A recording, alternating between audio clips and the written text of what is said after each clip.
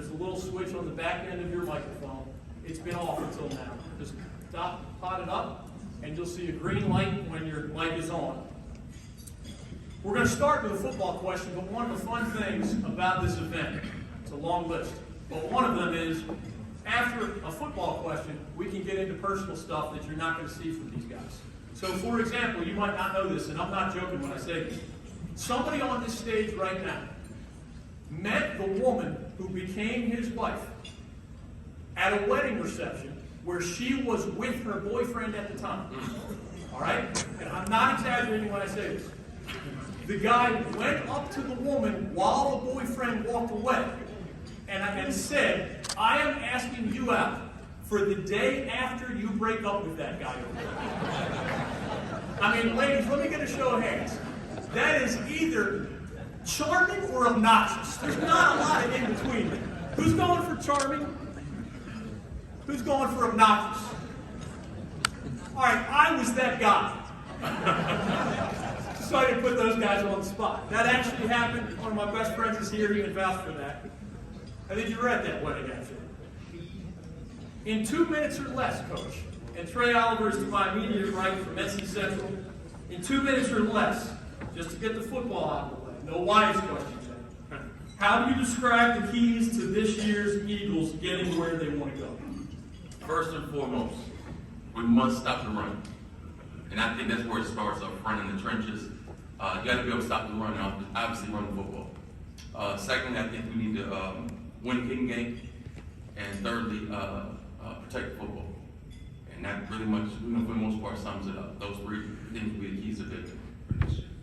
If coaching, you get tired of it, it'd be great in the media. Because as Coach Brown, who answers next, knows, they're always yelling in your ear to go quicker. You don't have enough time. Coach Oliver, you won the 2-minute drill. Thank you for that answer. Coach Brown, same question. We're going to give each of you guys a chance at this kind of opener. What do you have to do? What are those keys to this year's team specifically for you to get where you want to go? At ESPN, they said keep it tight in your ear while you're talking. And the first time I was on the set, I said, I got you. And they said, shut up. You're not talking to me. You're talking to them. So I got it. What we need to do is quit reading the press clippings because we've been a little darling in the press and haven't proved anything. And we've got to create some depth and play hard every week and not be an up and down team like we were last year. Coach David Cutcliffe of Duke University. The first word becomes consistency. I think any really outstanding football team is consistent. Play all quarters, play every down. And we were really erratic a year ago, and I have to take full responsibility for that. This team's got to continue to develop physically. We're young. It's going to be a process, so I think I would say that the most important thing for us is to have a great August. If we're going to be good in September and October and November, we should know about that coming out of August. Dave Doeren, thank you for your assistance on the Wolfpack helmet trifecta. It means a lot to me. Same question, and it's like a 2-minute warning. You get up to 2 minutes if you'd like, Coach. Got to do what we just did. Got to get people to step up. And that was beautiful, by the way. I appreciate that. But it's, thank you. It's about maximizing your opportunities and your roster talent. It does take a little bit of luck from your injury aspect of things. But I think all of us will tell you, every play counts, and it's about making those plays, finding a way to make one more than your opponent, and enjoying the ride. I think we've been through a ton as coaches and as players, and just enjoying the journey with these young men and trying to help them get where they all want to go. Coach Mike Houston of ECU. I think it's just take the next step in the process. That's the thing for. I'm not sure we're getting Coach's mic. And actually, y'all would know better than I. Got it now? There you go. I think it's just take the next step in the process. It's we were the second youngest team in the country last year, and we got everybody back. We have 20 starters coming back, and so they've worked very, very hard all summer. We're going to be highly competitive, and it's going to be just learning how to finish and win those close games. We're going to be in a bunch of titles, so I think everybody's excited about, the opening couple of games we have. Appalachian State down in Charlotte in the opener, and then South Carolina at home for game 2. And so we have a great opportunity to start the season. It's just stepping up and finishing those games. Let's stick with you, Coach, and work our way back in this direction. We'll stray from football for a minute. I promised this one, so I might as well get to it. How did you meet your wife? And be honest, who was chasing whom at the time? Well, she's the one who's about bidding on that helmet. I'm glad she could win, but my story for 20 years has been she chased me, but with her in the room, I've got to be pretty transparent. So, we honestly we met at I was a young high school coach. She was a young pharmaceutical sales rep, and we met at a local gym in Asheville, North Carolina, one evening. Ironically, we found out we grew up fairly close together, but she had this guy that she was dating at the time. I had to get rid of him first. So I guess technically I was the one that was chasing. So.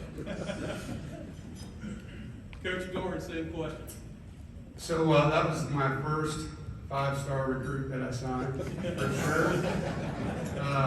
Without a doubt, the best person I've ever been with in my life. I'm very fortunate to have Sarah as my wife. And I met her in a bar, of all places. I was at Drake University, and she was roommates with a gal that ran track at Drake that I knew from when I was a football athlete. We were both pre-med majors, and they were in nursing school together. So I saw her and went over and said hello. I haven't seen you in a while, and she introduced me to Sarah there. And then I recruited my butt off for the next 2 years to get her to go with me. Since there's video of this, right after Coach said he went to a bar, that was Drake University, not some kind of drinking game. I just want to make sure, things can get a little fuzzy on audio, Coach. Thank you. I don't want to leave you hanging. Coach Cut. Well, I would own a Don DeVoe. Y'all don't know that name, Tennessee's basketball coach. When I went to Tennessee, I was a young, single college football coach, and thank goodness, facilities, there were no arms race, basketball, baseball, football, we were all together. I walked by Coach DeVoe's office one day, and I looked in there, and there was this senior student sitting there as his student receptionist. And you want to talk about chasing, Coach Majors was looking for me regularly. They would say, he's down at the basketball office. So, if you see her, there's no question who was doing the chasing. And we were married a little over a year later, and it's 37 years later, so it all worked well. Coach Mack Brown, I know you have a good story to tell. Did David just say he was chasing a student? Yeah, but I was 24 years old. I didn't do it when I was 50. Trying to be clear. We're just stating facts. That's what we're doing. Well, unlike these three, I've had 2. So we'd have to discuss which one. Well, I think it'd be safest to go with the South, Coach. Yeah, I think we need to go with Sally. She's not here, as you can tell. But I was 40, just got divorced. I was raising 2 daughters at 10 and 13, which was really exciting for a 40-year-old head football coach. I went out to a movie with one of my oldest daughter, and she had a friend with her.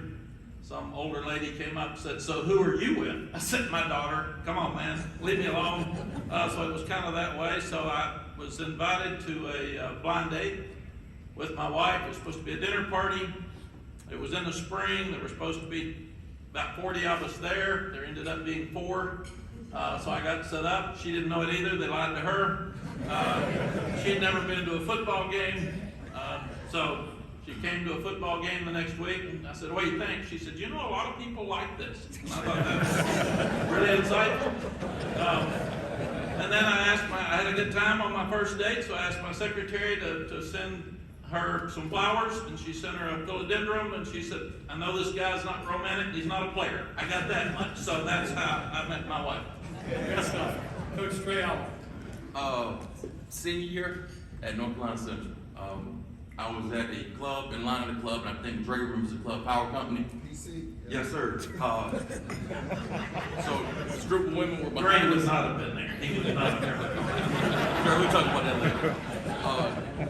Group of women were behind me in line, and I met them, and I wish my wife was here to tell the story, but she tells her friend that's my future husband, and we have enjoyed the club, and many years later we still married, and I talked about the kicking game and special teams and everything like that, but I definitely outkicked my coverage. It's funny you use that phrase, true story. I was at a Wolfpack party, and I brought my wife, I call her the lovely and talented Maria, and the athletic director at the time said, DG, you really outkicked your coverage. And I thought, it's funny, yeah, Maria's a beautiful person. And then I saw the football coach, and it was separate, and he said, DG, you really outkicked your coverage. I'm like, geez, all right, well, he's a football coach, outkicked your coverage. Then I saw the basketball coach, and this is separate as well. He said, DG, you really outkicked your coverage. I'm happy to have so much company here in that line because, late in that party, I was getting a little self-conscious. All right, next question.